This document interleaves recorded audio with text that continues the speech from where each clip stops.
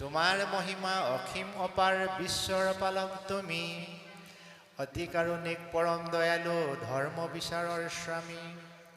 তোমাকেই প্ৰণামো কৃপা ভিক্ষা কৰোঁ, পোন বাটে নিবা মোক।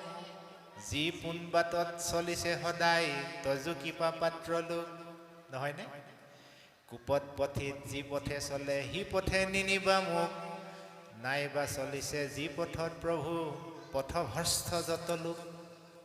আমি তেতিয়া পঢ়িলোঁ কবিতাটো, এতিয়া যদি প্ৰয়োগ নকৰোঁ কেনেকৈ হ'ব?